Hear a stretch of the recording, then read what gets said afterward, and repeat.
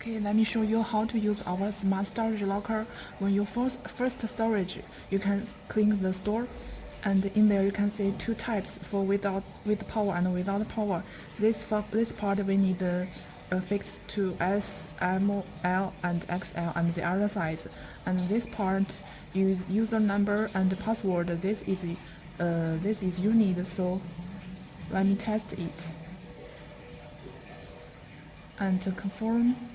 And this we need payment and put our card in here. Please present your card or your mobile phone. Authorizing. Okay, payment successful, and the door will open.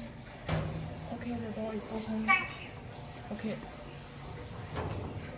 I put the items in here and close the door and click the down. And you can click the open, and they have two buttons, open only and open and release. Yes, this is the midway pickup, and 456, and click the confirm.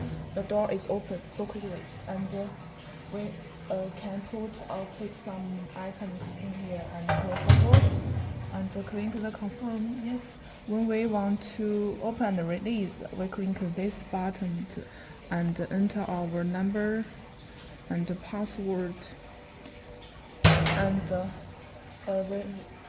we must pick up all the luggage or items in there and close the door,